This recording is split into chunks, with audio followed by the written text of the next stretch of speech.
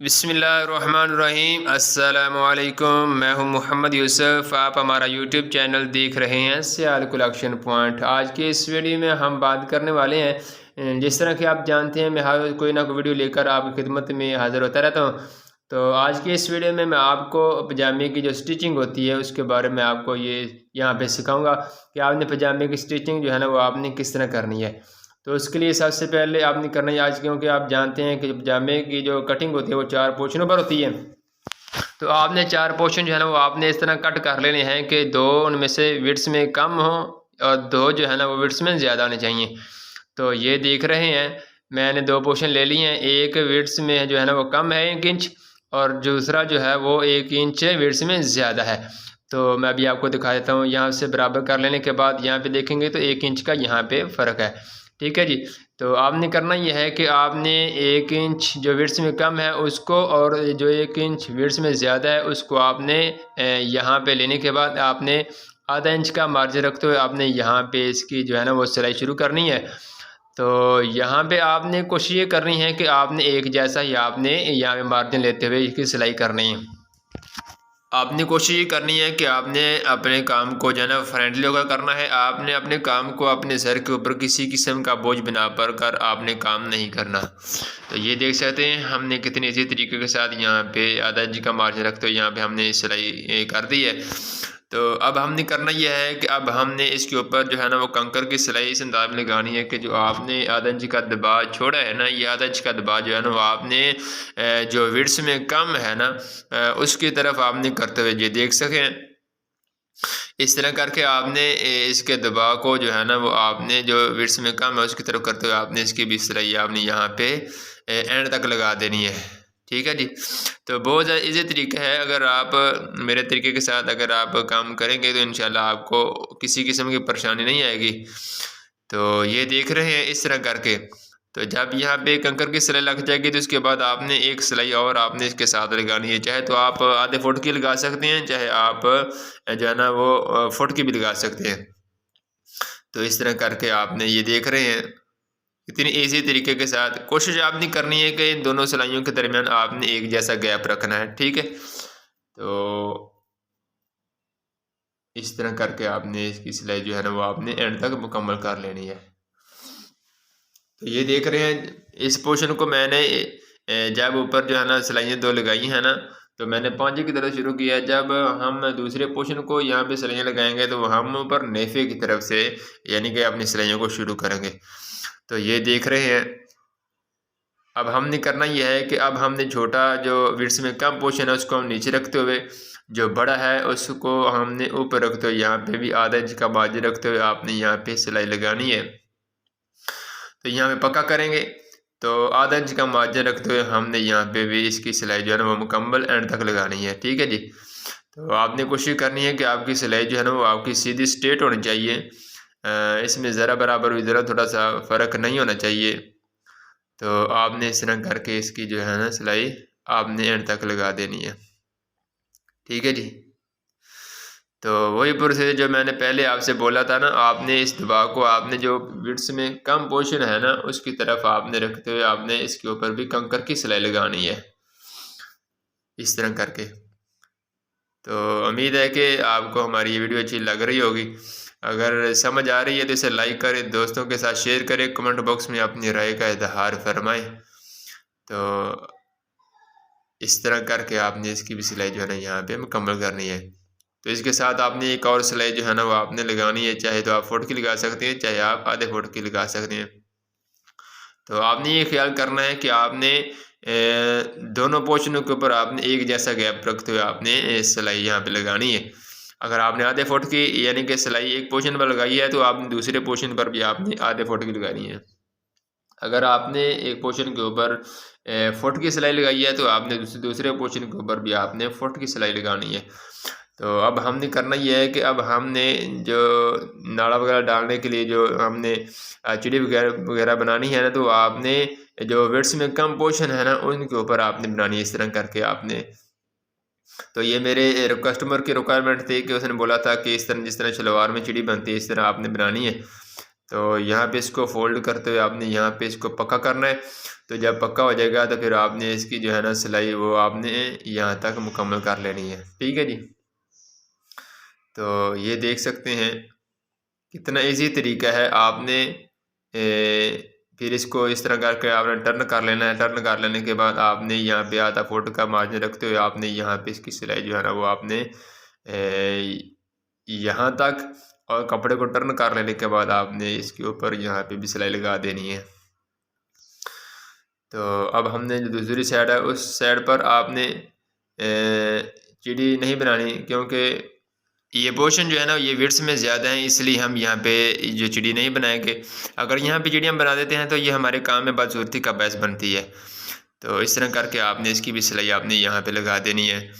तो ये जो हमारे अजावी थ्रेड इनको हम पहले कट कर लेते हैं। कट कर लेने के बाद आपने यहाँ पे आधा इंच का मार्जिन रखते हुए हमने अपने नेफे को यहाँ पे बनाना है।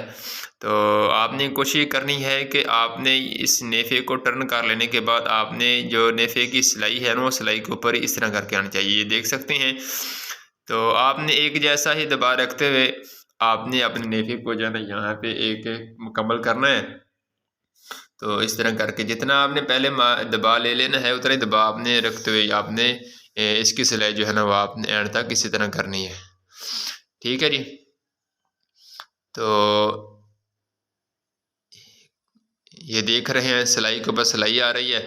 तो ये जो चिड़ी है ना ये इसका आपने ख्याल रखना है कि ये जो आपकी चिड़ी है ये आपकी सीधी बननी चाहिए, इसमें किसी किस्म का जो टेढ़पन नहीं होना चाहिए। तो यहाँ पे आने के बाद हम यहाँ पे पक्का करें। पक्का कर लेने के बाद आपने थोड़ा सा आगे यानी कि कपड़े को सीधा कर लेने के बाद आपने यहाँ पे बांध डाल लेनी है। तो जब यहाँ पे बांध डाल जाएगी तो उसके बाद जो आगे वाली हमारी सिलाई है ना ये वाली, इसको आपने सिलाई के ऊपर रखते हुए आपने इसको भी अपनी जगह पर यहाँ पे रख लेना है। तो जब इस तरह करके आप इस चिड़ी को यहाँ पे सिलाई लगाएंगे तो इंशाल्लाह आपकी जो चिड़ी है ना यहाँ पे बिल्कुल सीधी बनेगी। तो समझ आ रही ना मेरी बात की। आपने इस तरह करके आपने अपने नेफे को इस तरह करके फोल्ड करते आना है, इसके ऊपर आपने सिलाई कंकर की यहाँ पे लगाते आना है। तो इस तरह करके आपने कोशिश करनी है कि आपने सिलाई के ऊपर सिलाई जो है ना वो आपने इसको मुकम्मल तौर पर आपने लेके ना ये देख रहे हैं यहाँ से मैंने यहाँ से नेफे को शुरू किया था तो हम वही जगह पर आकर इसको पक्का कर देते हैं। तो लो ये जो आपके सामने मैंने नेफे को बना लिया है। तो अब हम पहुंच चुके हैं काउंटर के ऊपर। तो काउंटर के ऊपर आने के बाद आपने करना यह है कि आपने सबसे पहले जो मैंने सिलाइयाँ लगाई हैं ना इन सिलाइयों को आपने सबसे पहले सिलाई के ना आयरन के साथ आपने इनको पहले क्लियर कर लेना है, ताकि यह जो सलवटें नज़र आ रही है ना आपको या सलवटें जो है ना ये ख़त्म हो जाएँ।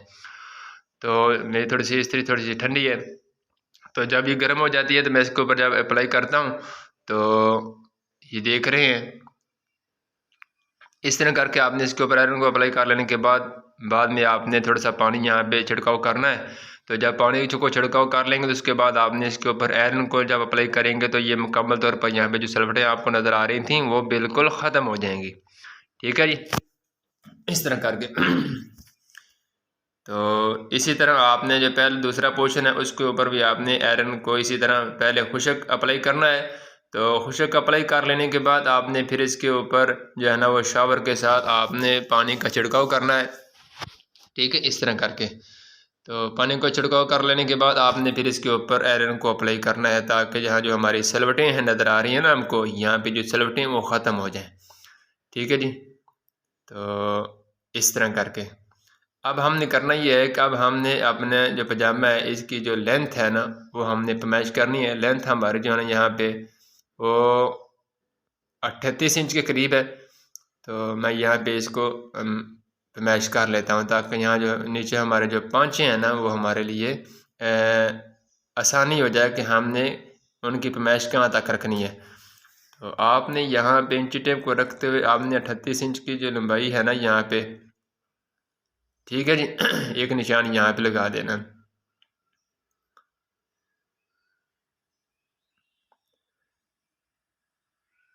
ठीक है जी, ये 38 इंच का हमारा यहाँ पे निशान लग गया है।